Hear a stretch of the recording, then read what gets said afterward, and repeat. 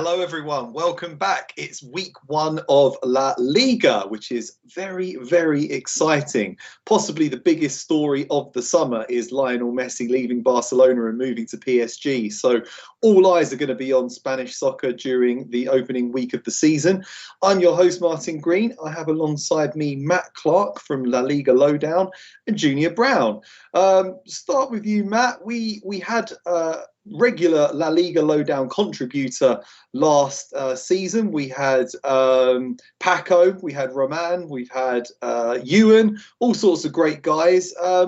Just briefly tell us a little bit about La Liga Lowdown, what it is you do, and yeah, what your role there is, please. Well, hi Martin, hi everyone. It's a pleasure to be back on the show.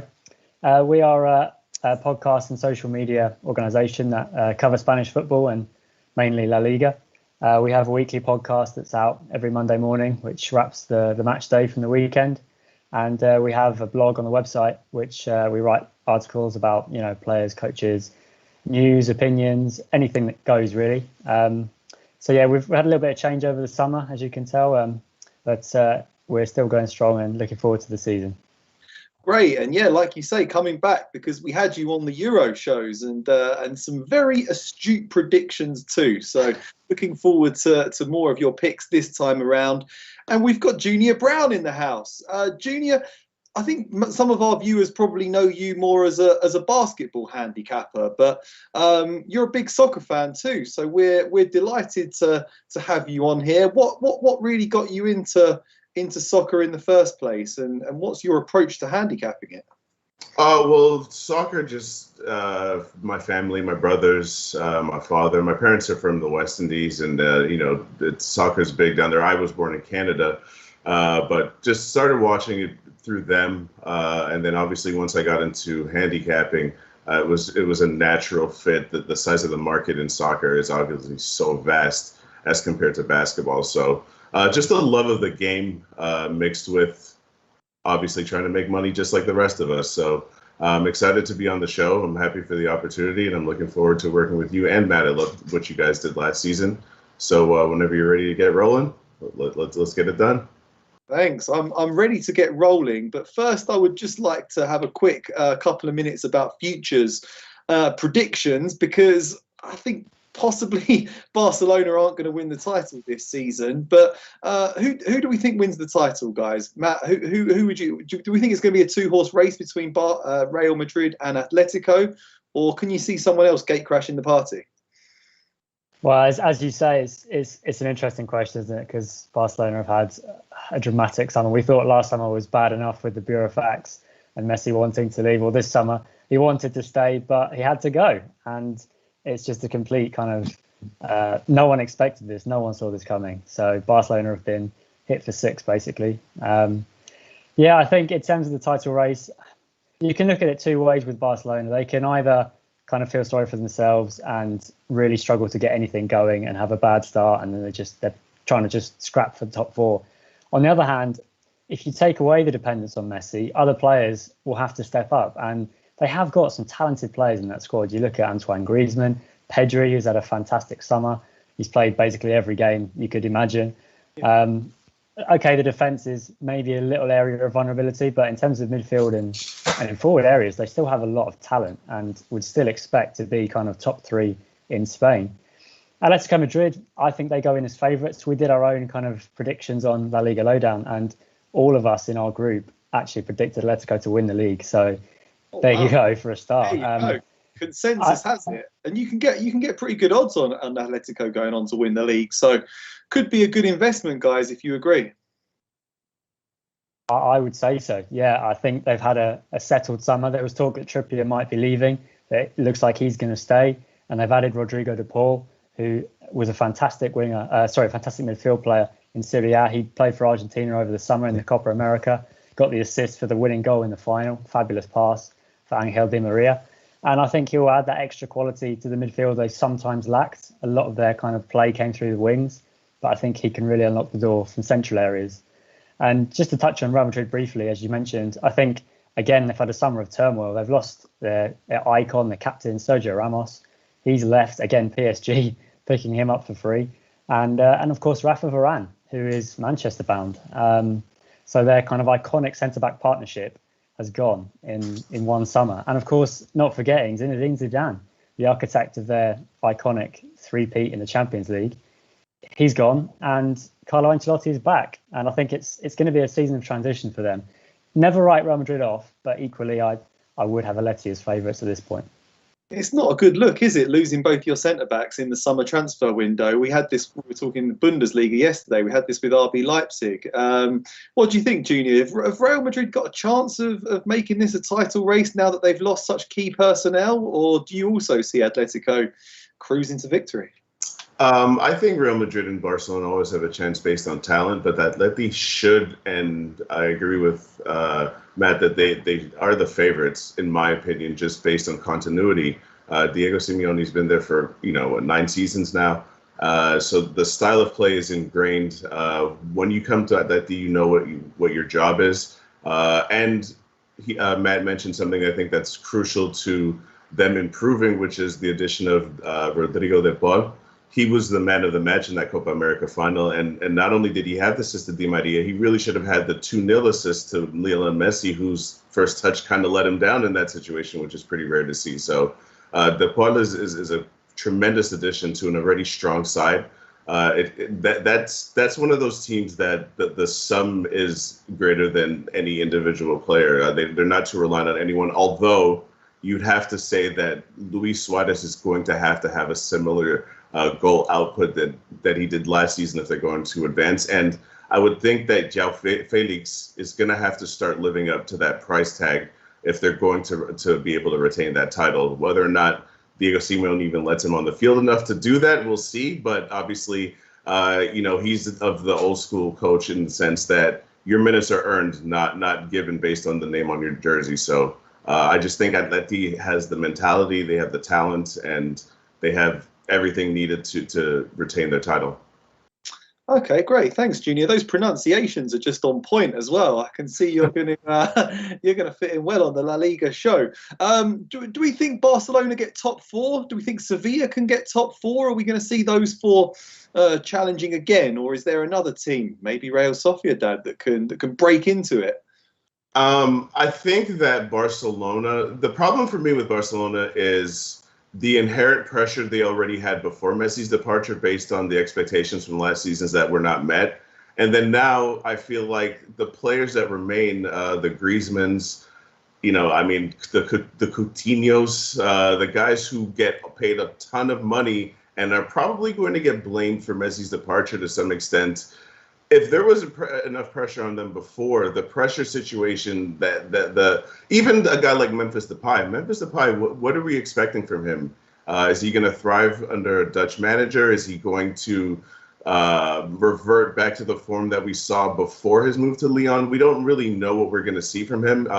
I don't think he really played as well as he could have for the Dutch team in the Euro Cup. So there's a lot of pressure on him. There's a lot of pressure on every single member of that team to live up to the expectations of Barcelona fans, which, let's just be real, aren't always realistic. In a good year, now you have one of the greatest players to ever leave the sport depart because of, let's say, financial mismanagement, depending on who you ask. The atmosphere there just seems not conducive to winning a title. So top 4 is probably what they should be hoping for if they're being realistic. A run to the title seems improbable for me. Yeah, a bit of a rebuilding job going on at the new camp for a couple of years, it seems like to me. But like you say, you never know with Barcelona. They can always spring a surprise or two. We're going to start analysing the games in just a minute. But first, please give us a thumbs up. Hit that notification bell, subscribe, and you'll be notified every time we're about to start filming about football, basketball with Junior, baseball, hockey, UFC, tennis, all the different sports we cover on SBR. And head on over to sportsbookreview.com as well for articles, picks, insight, reviews, all sorts of great free content, including SBR's Pick 6 NFL and NCAAF contest. There is $50,000 in cash prizes up for grabs for the season, and $1,600 per week. It's totally free to enter. You just need to be a member of SBR Forum to take part. So listen to us talk about La Liga first, and then head on over and do that. Okay, we are starting with Valencia versus Getafe. These are two teams that are kind of down on their luck, really. It wasn't so long ago that they finished 4th and 5th, respectively, in the table. A couple of seasons ago. Then, Valencia had a fire sale of all of their best players. They've retained like half a good team, and they've got half of a not so good team. So they're a quite strange prospect for me from a betting perspective. Getafe have kind of fallen apart a bit in the past couple of seasons for me due to their squad size, and a few aging players haven't really handled the volume of games, perhaps. Didn't do so well last season. They were both, languishing near the bottom of the table for large parts of the campaign. Matt, what are we going to see from these two this season, and how do you see this one panning out? Well, it's a very interesting one because this has been dubbed the Bordalas derby because at the end of last season, Jose Bordalas left Getafe after a successful spell, as you say. They did struggle last season, but he'd taken them from Segunda to the Europa League, and they knocked out Ajax a couple of seasons ago, if you remember that. So they definitely had a lot of good things going under Bordalas, and he's now gone to Valencia, and of course, as luck would have it, first game up, it's Getafe again. So if this game didn't need any more kind of spice and turbocharge, then throw in Bordalas swapping clubs and you've got the perfect combination. I think in terms of what you can expect this season, again, unfortunately, I think more of the same for Valencia. I do rate Bordalas perhaps more than I did Javi Gracia, and I think he will be a bit more kind of firm with the management. But at the same time, we spoke about Barcelona and mismanagement. I think Valencia fans have been saying "hold my beer" for a long time. And again, they're going to struggle for reinforcements. They still might lose a couple of their stars. There's still talk of Gonzalo Guedes moving before the end of the window. That would be a real bitter pill to swallow. Why would you be one of the ones that's left after so many good players have gone? If you're like Gaia or Guedes or someone like that, surely you're thinking this is a bit of a sinking ship here. I want to jump off. You would imagine so. I think with Gaia, he's a local boy. He's very proud. He's very proud to be captain. So for him, it's kind of a more emotional decision. But yeah, for the likes of Guedes, I can quite easily see him departing before the end of the window. And as for Getafe, they've got a new manager as well, Michel. He's kind of a new manager, but he is an old face too because he was there 10 years ago. He had quite a successful spell with them, but in his travels since, I think he's been to France, I think he's been to Greece. And then I think he was last in La Liga in 2017-18 with Malaga. So he's been out of the game for a little while now. So it remains to be seen how he will kind of start. The squad profile has changed. It's going to be a lot more kind of a lot less physical than it was under Bordalas. They're going to try and play some more progressive, free-flowing, attractive football, which I think a lot of La Liga fans will embrace because it's true that a lot of fans didn't like the way Getafe played. And again, if you're a purist, that's fine, but they got results. So for me, there's more than one way to skin a cat. I think it's going to be interesting. They've got Vitolo, who came in from Atletico Madrid on loan, and they've got an interesting striker from Mexico coming in. So I think if he hits the ground running, it could be some green shoots there for Getafe. Yeah, Vitolo's a big signing, and Getafe do play that intense sort of hard tackling game, maybe a bit like a Spanish Burnley, but more successful. So interesting to see them try to make that transition to a more attractive, progressive style. Junior, what do you think in this game? Have you got a pick for this one? Is there anything that stands out for you? Yeah, I actually do have a play on this game. I have Valencia no draw plus 140. Based on a lot of what Matt just said, I think that once I'm a person that I try to, read local papers, hear what the coaches have to say. And one thing that really caught my eye was what Matt elaborated a lot more clearly than I will anyway, was that Michel wants to play more open football. Listen, you know who's not going to do that? Bordalas. Bordalas is a professional result getter.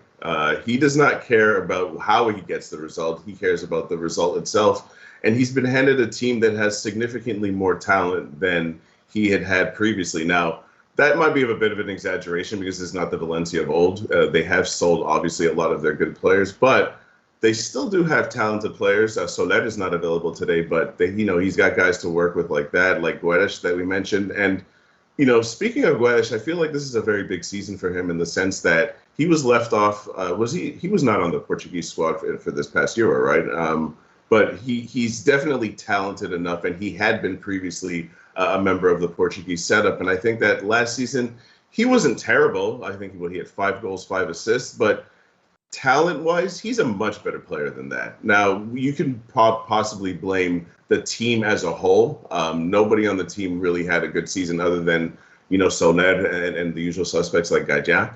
But this Valencia team under Bordalás, I think, has enough talent to win these type of fixtures. First home game with fans in the stadium, and the Mestalla at full capacity is a great home ground. So I think that they have enough to pull out a result here. Not to say that I'm disrespecting Getafe. I just think Getafe is in a situation where the change in style, while it might be more attractive, I'm not exactly sure that's conducive to winning actual games, especially on the road.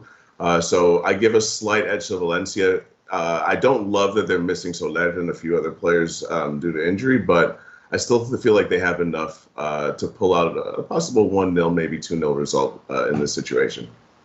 Okay, thanks very much, Junior. Yeah, that's great. It's perhaps not the most glamorous of fixtures to get things started with, but the whole Bordalás issue does make it a really interesting story. So that sounds like a fascinating game to watch. Next up, we have Mallorca versus Real Betis. This is going to be quite an interesting game because Mallorca were terrific at home during their last La Liga campaign, which was 2 seasons ago. They were relegated eventually, but wasn't due to their home form. Their home form was excellent, and they seemed to lose every time they went to the mainland.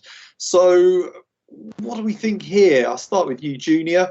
Do you think Real Betis can go there and get a result? A decent team, but a bit inconsistent. Got any thoughts on this one? It's going to be an interesting game, I think, just because Real Betis, just the way that they're set up, are a pretty attacking team under Pellegrini. I think that in this game, it's going to be, I think Sergio Canales is probably going to have a lot of time getting, a difficult time getting time on the ball against a Mallorca side that seemed to have success last season by pressing high. Putting a lot of pressure on teams and just trying not to let the opposition get off good quality shots in their penalty areas. So it's really going to be about whether or not Canales can get time on the ball. I feel like Betis played best last season when he was at his best. Obviously, they've got the Frenchman Fekir as well, who can, create goals and assists from out wide. But I think it's going to be a really tough one for Betis on the road, like you mentioned. Against a Mallorca side that, they did not allow too many goals last season in the Segunda. And I feel like that's obviously going to be the blueprint for them this season. Yeah, it's a really, really difficult place to go. What do you think, Matt? Do you think there's going to be a real fortress again this season? Now we've got fans coming back into stadiums. Do you think Mallorca could put a good string of results together at home and perhaps stay up, maybe? I think it's possible. Again, they brought in Take Kubo once again. He was there, as you mentioned, 2 years ago. He had a fantastic loan spell there, which then earned him a loan spell at Villareal. Didn't really work out, and then he ended up at Getafe. So this is kind of a make or break season for Kubo. If he can, set the world alight again, his stock will be up again. But he really needs to deliver now because last season was underwhelming by his standards, and we all expect so much of him. So I think he's going to be a key player for Mallorca. I agree with a lot of what Junior said. I think Canales is going to be the key for Betis. I'd also throw in Borja Iglesias up front. He was really starting to hit form at the end of last season. I think if he could continue that through, he could be a real kind of potentially 20-goal a season striker, which is what they're going to need. Because, again, they've got a fantastic goalkeeper now. They've upgraded there without doubt. Rui Silva is a far better goalkeeper than Joel Robles, and probably even Claudio Bravo now, getting on as he is in age. So I think in goal they're sorted. It's just that defence always kind of, I'm never quite convinced with their defence, and you always back them to kind of concede. I think this opening game, it's a really tough one to call. I can just see kind of the optimism will be there for Mallorca, but I think Betis might just grind out something. Again, it's a really hard one to call because, as you say, home advantage will be so important, especially with fans returning, albeit not at full capacity yet, but hopefully that's not too far away. I can kind of see this one maybe being a draw, to be honest. Yeah, I'm kind of with you there. I'm going to be avoiding Mallorca at home for a little while, and I'm going to be fading them pretty hard when they go on the road. Next up, Cádiz versus Levante. Two teams that I haven't had a great deal of joy with from a betting perspective, to be honest. I did think Cádiz were pretty good in their debut campaign back in the top flight last season. Levante are a team I can't ever really seem to figure out. They sometimes they sort of play quite defensive and keep things tight, and sometimes they just go out all guns blazing, take risks, concede goals. I know they had a few injury problems last season, which kind of didn't help. But what do we think this time around, Matt? What are we going to see from these two teams? Again, I agree with you. These two teams are quite hard to predict. Cádiz have brought in a lot of players. I think they've had the most kind of turnover of players of any side this summer. The signings, yeah, I think they do look promising, but again, whether they will be able to hit the ground running is always another question. With Levante, the biggest question mark for them was could they get their new signings registered in time? Because I'm not sure if your viewers may be aware, but a lot of Spanish clubs were really struggling against the clock to get these guys registered.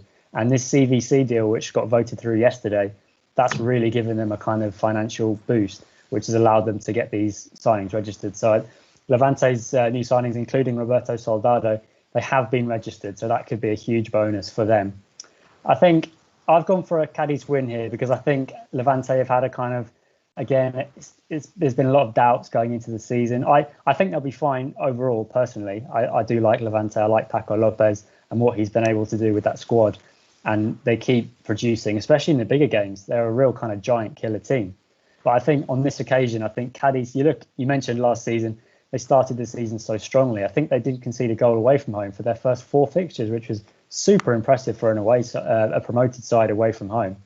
And I think with fans back in the stadium, I think they're going to have a good chance to kind of get that boost at home this time around.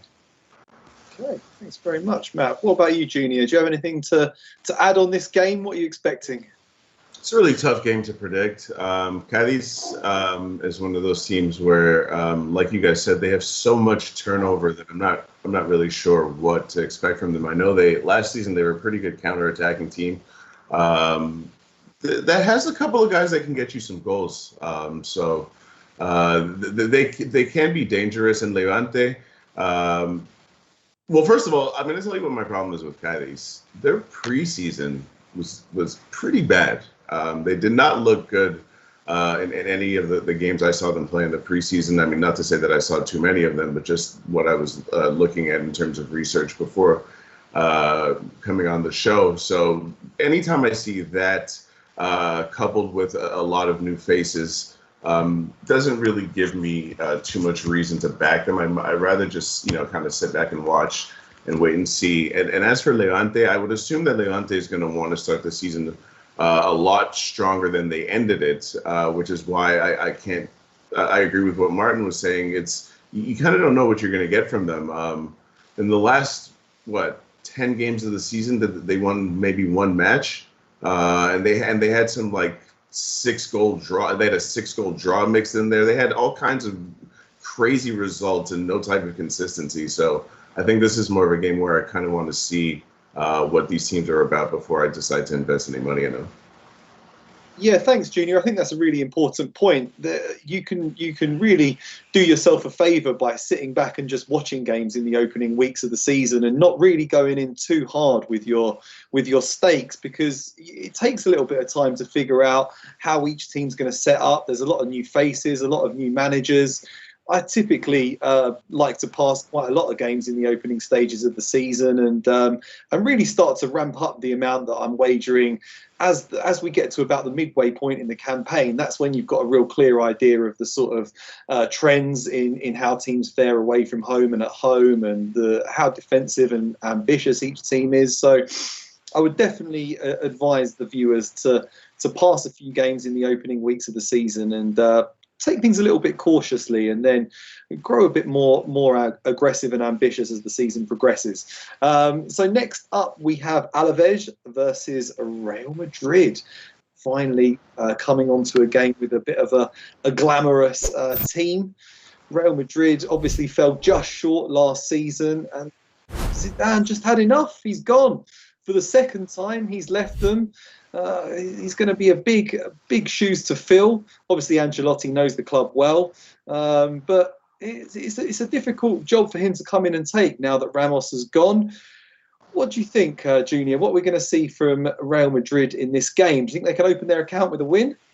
Possibly, but they won't get any of my money at this price. I just feel like the situation itself, with all of the injury issues that they have coming into the game, no Toni Kroos, I believe. Benzema is getting over coronavirus.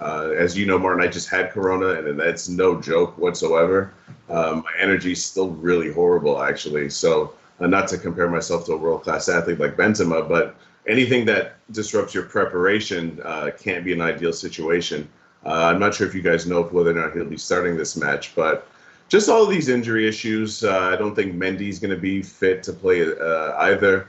I was about to say Eden Hazard is not fit, but that's just a recurring theme over the last couple of years, so there's no surprise there either.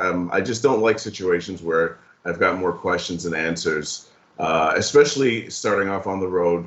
New manager, although obviously Ancelotti had success the last time he was at Real Madrid, winning a Champions League and a Copa del Rey, if I'm not mistaken. But again, this is another one of those where I need to see what's going on with Real Madrid before I even decide to invest. I will say that for them to have any kind of success, they're going to need the real Gareth Bale, the healthy version of Gareth Bale, to go along with some of these youngsters, and provide Karim Benzema with the support he needs, because he, for all the criticism that he's had in his Real Madrid career, he's been so consistent for so many years that I feel like people just kind of take that for granted. Yeah, that's a good point. I don't even think about Gareth Bale anymore when I think about Real Madrid, but his loan spell's over at Tottenham. He's back. He's up. He's available for selection. If he plays like to the peak of his potential, to the peak of his ability, he could be a whirlwind of destruction for them in attack. What do you think, Matt? Are we gonna see the real Gareth Bale, and who's going to be starting in this game for Real Madrid? It's a good question. I tend to agree with Junior. It's going to be very risky to kind of go one way or the other. What I will say, on paper, if you were to give Carlo Ancelotti a choice of who he's going to have first up, this one might be a game he'd say, yeah, okay, I'll take that. Because on paper, I know the game isn't played on paper, but they should beat Alavés. You mentioned Benzema. He's now of active players, he's the top goal scorer in the league all time. So he's the guy that's kind of the new MVP of the league, if you will. And again, Real Madrid will be looking to him to be the kind of figurehead and leader without Ramos. So there is a lot of pressure on Benzema. He's shown the last couple of years since Ronaldo left what a fantastic player he is. And for Real Madrid fans, they are pleading for him to continue that form. For them to get any kind of run going, they will need to share the goals around. You look at the likes of Rodrigo, Vinicius, Isco, Bale. They will need to contribute their fair grain of sand, because as it was last season, it wasn't enough. A second top goal scorer was Casemiro, which, as impressive as that was, the way he got forward, it's not good enough for Real Madrid, and they need their attackers to come into the game again. It looks like Ødegaard isn't going to be around. He hasn't been registered yet, and I think he'll probably be on his way out. So that'll be one that. Is he coming to North London to solve our creative problems? You're getting very excited about that prospect, but the shirt you're wearing as well could be a clue. I think it'll either be your club Arsenal or Real Sociedad where he ends up. So you'll be pleased one way or the other. I'll be happy. I think Real Madrid will get over the line on this one. Again, I'm not 100% sure if Benzema will be starting. I think if he is fit, he will.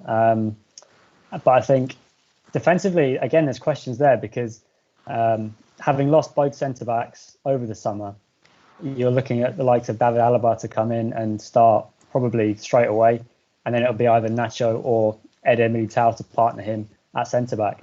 So again, that's going to be a new partnership to kind of form, and once again, you need that to get started quickly, and you don't want any kind of teething issues. because if you start to make mistakes, then everyone will be jumping on you. And you know what the Spanish media are like; they'll be on Carlo's back quicker than you can say La Decima.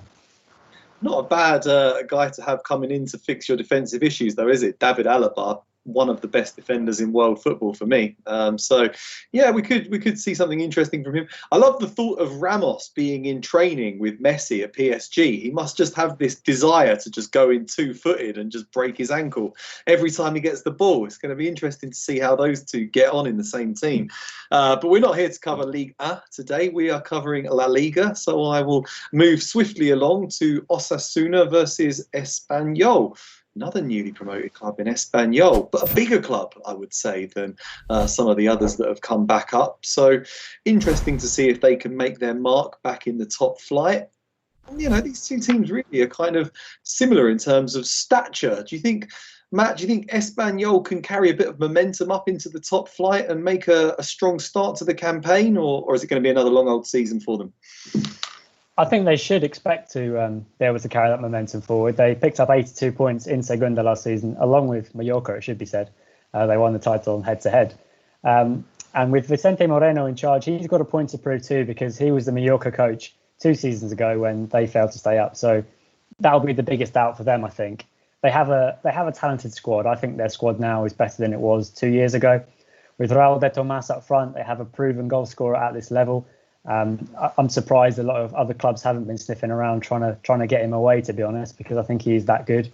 And with the wide players, you have Javi Puado, who's had a very impressive summer as well. He was playing for the Spain under-21s and he was in the Olympic squad. And then on the other side, you've got Mbarba. He was assist king last season, providing all those crosses for Raúl de Tomás to kind of snaffle up. So I think if those three can stay fit, Espanyol will have no problem scoring goals. And again, at the back, they've brought in Sergi Gomez from Sevilla. So I think if he can hit the ground running, I think they might be able to kind of keep enough clean sheets that you'll need to kind of have that platform.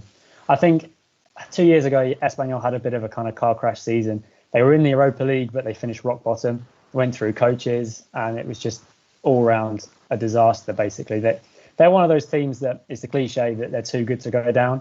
And the reality is they are. I mean, they've gone down only 5 times in history, and on each occasion they've come straight back up. So that just shows how determined they are to make sure they are a La Liga side. And I think as long as they have a decent enough start, I think they'll be fine to kind of be bottom of mid-table.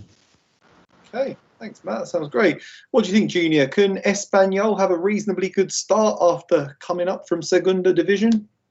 Yeah, I think just one of the things that Matt mentioned at the very end there is they have the pedigree. Dropping to Segunda División is not something that usually happens to them. So you would imagine, they view themselves, and obviously rightfully so, their derby is against Barcelona. So they're not a team that's looking to be in the second division in any shape or form. And in terms of their prospects this season, they were the best scoring team and the best defense in the league, along with Mallorca in Segunda. So they can get it done on both ends of the pitch. I have the draw plus 220 in this game, honestly, mainly because of the venue. I just think going to Osasuna with those crazy ass fans who are going to be back in the building, that atmosphere is a really, really tough place to go and get your first win of the season. But at the same time, I don't want to disrespect Espanyol and say that they can't, at least get a goal in this game. I see something like a 1-1 draw. So that's what I went with in this specific fixture. I like it. Yeah, I can really see this one ending in a draw as well. I think these two teams are very evenly matched. Elias in the chat is asking, is Atletico Madrid to beat Celta Vigo the banker of the weekend in La Liga? Well, I'm not so sure. What do you think, Junior? I've had my eye on it all week, honestly. I just don't want to blindly bet on it just because Celta Vigo have a couple of guys in Aspas and Santi Mina since he moved over from Valencia. They have a pretty good partnership going over there, and they can get goals. And I feel like Atleti's one of those teams that when they go down 1-0 and I have money on Atleti, I am very, very nervous in that situation. So that's just not a position I want to put myself in to start off the season. That's the only reason I haven't pulled the trigger yet. Fair enough. That makes a lot of sense. I'm such a big fan of Iago Aspas. Do you think we're going to see a lot of him this season, Matt? Can he stay fit and lead his team to another strong season? I think he will. There have been some kind of concerning reports that he and his agent aren't particularly happy. And I think Denis Suarez also has the same agent. There's been some whispers there that things might not be quite as rosy as we might think.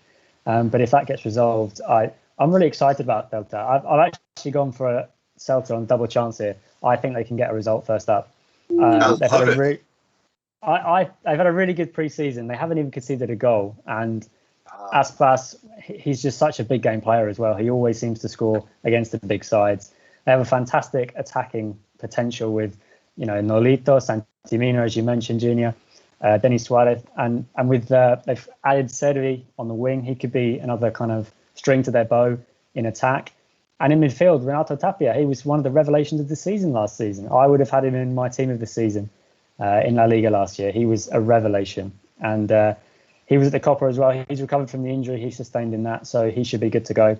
He's like an octopus that, just covers all areas of the pitch and lets everyone else just attack freely. The question with Celta, it's defensive. Whether they can keep the door shut at the back is going to be the biggest concern for them. But under Chacho Coudet, I really rate him as a coach. He transformed them when he came in last season. And now he's had a full pre-season. I'm excited to see what they can do. He really did, didn't he? That was such a strong upturn in performance and results when he took the reins. So if he can keep that momentum going, we could see a very strong start to the campaign for Celta Vigo. And Atletico Madrid do draw a lot of games on the road, partly why they're so successful. They win at home, they draw on the road, and they won the title. So I like that bet. Next up, we have the big one. Barcelona versus Real Sociedad. This is going to be a fascinating game for everyone. Lionel Messi's gone, so the world's media is going to be firmly focused on this match. I think what's going to be left of Barcelona in his wake. He really did carry the team at times last season. He was the star of the show, and they actually came pretty close in the title race. Fell away at the end, but they put in a strong performance. What do we think of this post-Messi era at Barcelona, Matt? And can Real Sociedad capitalise on the chaos and get a result there? I think they've got every chance. I mean, if you look at 2021, Barcelona were the best team in Spain on results. And then, as you say, they just collapsed incredibly. If they'd beaten Granada on that, I think it was a Thursday night game. If they'd have beaten Granada, they would have gone top. And I think at that point, everyone would have backed them to stay there. But incredibly, they lost 2-1 at home. And then they just completely blew up. I think they drew at Levante. They then lost to get home again. And they just never showed that form they had for the first 4 months of the year. I think this fixture, I think it was the away game, but it was 6-2 last season. I'm pretty sure it won't be that scoreline again. Right. But I like Griezmann to score in this game. I think he will be one that everyone will be looking to now to be the kind of leader of the team. Memphis Depay has a lot of kind of excitement about him too. He's had a decent pre-season. But I think Griezmann will be the one against his former club, no less. And this would be his 100th appearance for Barcelona. So it will be a good opportunity for him to kind of stake his claim as the leader of that attack, I think. He's just got no luck, has he, Griezmann? He spent his whole career, mostly at Atletico, in the shadows of Barcelona, never winning any silverware, moves to Barcelona, and at the worst possible time, and now Atletico winning the title. So, it's going to be a tough season for him. I'm not sure about this one. I think Sociedad can get a result. What do you think, Junior? Are you expecting an open, entertaining game here, or a bit more of a tight and cagey affair? Yeah, I think it's going to be a bit tight just because of all the question marks surrounding Barcelona. I think they're going to be put under pressure by the Sociedad team. It's funny that Matt mentioned, Griezmann scoring in this game, because some of Griezmann's best goals of his career have been when he's gone back and played against Sociedad. So he's got a history of scoring against his old club. So it wouldn't be shocking to see him do it again. And he would really, really need that to get himself going, because obviously the amount of pressure on him that in this coming season is going to be tremendous. And he's got the quality. So rightfully so. Like I said, with a lot of these teams right now where I have more questions than answers, I need to watch before I can invest. Yeah, I agree. I don't have too many questions over Sevilla. I think they're a quality team. Ever since Monchi went back there, he's been bringing in excellent players, and they've done really well. I mean, they were on fire towards the end of last season. I know they sort of fell just short at the end, but they did really well to actually be in the title race with only, a few weeks left of the season. So I'm expecting another pretty strong campaign from them this time around. They're coming up against the newly promoted side. Do you think they can get the job done here, Junior? Yes, I just don't love the price. Sevilla, Sevilla's proven themselves in Europe and in La Liga. So whereas Rayo, even though they did win promotion, they finished sixth in the Segunda. So not 100% convinced by Rayo, to be very honest. They did do well. I think they managed to overturn a defeat in the first leg of the final and win that second leg. But I think that who did they? I'm forgetting. Girona that they beat. I can't remember who they beat right now. But I feel like that was more of them bottling it more so than Rayo Vallecano deserving it. So I'm absolutely not convinced by them. I think Sevilla should cruise to their first victory of the season. Just not really interested at this price. Okay, great. Thanks, Junior. It seems like a bit of a mismatch, perhaps, to me, Matt. A team of Sevilla's calibre and quality that have really performed well in Europe against the team that finished sixth in Segunda Division last season. What are you expecting from this game? Have Rayo got a chance? I don't give them much hope, to be honest, either. I think, as we said, they got promoted almost against their own expectations, really. They snuck into the playoffs and then snuck through the playoffs, and so often we see the team that finishes sixth carry that momentum and just go all the way and win promotion. But as you know, the table never lies. There were 5 teams that were better than them over the course of a 42-game season. So for them, I think they need to make some more additions. They've just started to make a couple, and they've taken a couple from Fuenlabrada. They look impressive midfielders, and if they can take that step up in level, that bodes well. They brought in an attacker as well, who coach Andoni Iraola had when he was at Mirandés. He's from Real Sociedad. He was on loan at Mirandés a couple of seasons ago, scored a good few goals for them. So if Iraola can get the best out of him, he could fire a few goals. But as I say, I think it's just a bit too soon to expect much from Rayo. I think by the end of the window, their squad will look a bit more competitive, but I think they will struggle in these first few weeks.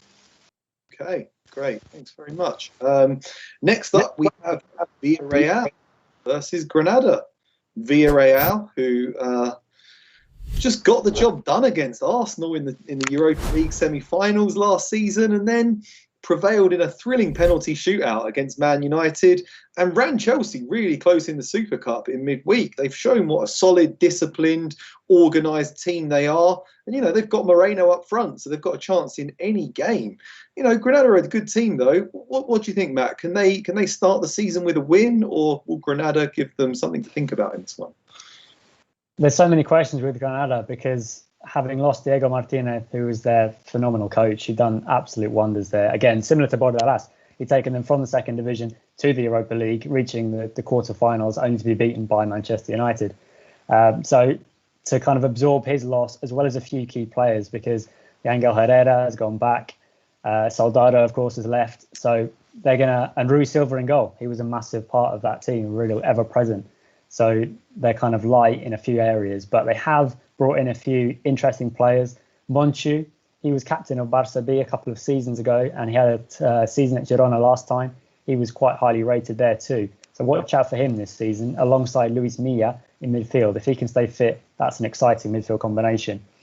As for this game, I quite like a draw here because I think Villareal, I know it's a Monday night game, but I think Villareal put a lot of effort into that game on Wednesday in the Super Cup, and the kind of emotional toil of all of that could play a part. I think the last 2 games at this ground between these two sides have been draws. I think we had a 4-4 early in the season 2 years ago, and then a 2-2 last season. So I think a draw with both teams scoring would be quite a good bet here. Yeah, I just wonder if Villareal might be a bit more match fit, that they've had that difficult task against a very strong Chelsea team. So while they might be fatigued, I don't know if they might be a bit sharper than Granada for this game. What do you think we're going to see in this one, Junior? Yeah, I think and I don't want to put words in Matt's mouth, but I mean, from my perspective, the fatigue could just be emotional fatigue. I think that win was really important to Villareal. It's not like they're a club that's winning trophies for fun like some of the bigger teams in the league. So I think that the celebrations, would be justified from some of the players, and maybe they might not be. The emotional letdown of now going to play against Granada might be conducive to a draw. So I actually like that look from Matt a lot. That's why I stayed away from this game, because on paper you would think that Villareal is just going to go ahead and walk in and get a victory. But anytime you put your all into a game and you play what is a final, regardless of whether it's at the beginning of the season or at the end of the season, I just think that emotional letdown is something that has me hesitant to pull the trigger here. Yeah, that makes sense. Fair enough. And the final game is Elche versus Athletic Club, who really enjoyed an upturn in results and performance levels when a new manager arrived for them last season as well, who's done a terrific job there. What are we expecting from Athletic Club this season, Junior? Do you think they'll, keep it going and challenge for a European place perhaps? And can they start with a win against Elche? I mean, I'm going to just admit my bias here towards Athletic Club, because I just get, I look at the players that they have, and they just have so many talented players that I always just assume they're going to be in the top half of the table. But the results obviously don't always seem to go that way. So I'm not really sure I'm ready to say they're going to challenge, but I will say that in terms of ability, in terms of continuity, obviously, because of club politics, they don't really tend to be super active in any market whatsoever, right? That this is a squad of regional players, but that lends itself to everyone knowing their role, everyone knowing their job, and it's just a matter of their best players fulfilling their potential, really. So I always think Athletic Club, Athletic Bilbao has a chance to challenge if they get things right.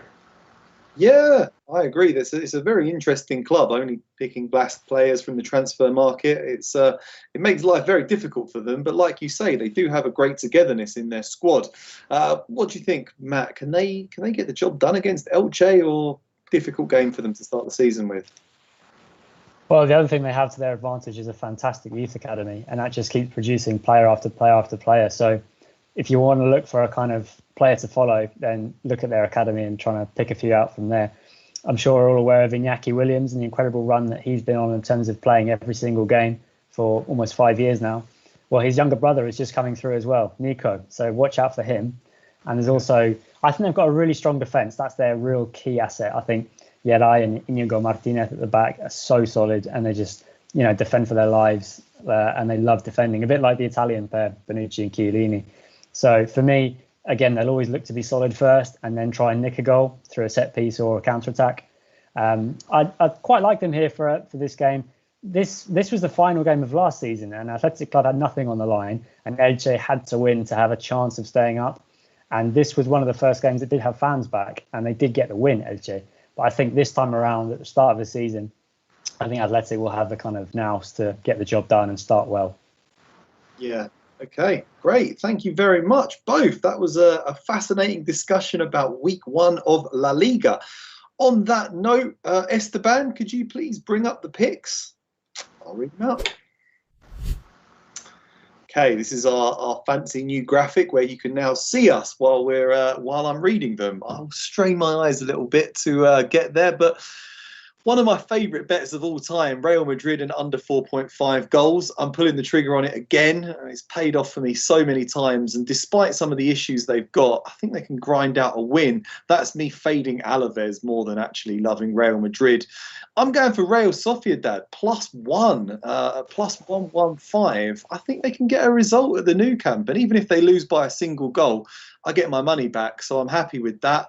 I've gone for Villareal and under 4.5 goals as well. I think it's going to be quite a low-scoring game against Granada, but I say they get the job done. And I've gone for Sevilla -1 Asian handicap. I think they could really take Rayo Vallecano down in that one. Matt's got 5 picks for us today. He's going for under 2.5 goals in the Valencia versus Getafe game at -188. Straight win for Cádiz at plus 160. It's got the big odds there in the draw for the Villareal versus Granada game at plus 333. Griezmann anytime goal scorer for Barcelona at plus 180. And his top pick is Celta Vigo, double chance against Atletico Madrid at minus 110. Even though we think that Atletico could go on and win the league, perhaps a bit of a slow start to the season for them. Junior's taking it a bit cautious in his first week. He's going for a draw in the Espanyol versus Osasuna game at plus 220. Big odds there. And in his other one is a Valencia draw no bet at plus 140 against Getafe. Very strong breakdown of why he thinks that's the case. Thank you very much, Junior. Thank you very much, Matt. It's been great to have you both on our La Liga show. Thank you to all the viewers for watching and for all your tips and your comments and your suggestions. On your way out, please give us a thumbs up. The YouTube algorithm loves it, and we're all about keeping the YouTube algorithm happy. So please do that. Then head on over to sportsbookreview.com, read some articles, get picks on lots of other sports, find your perfect match from all the different sports betting sites in the world, take part in that free-to-enter Pick 6 contest. Thanks very much, everyone. Have a good weekend, and we look forward to seeing you again next week. Goodbye.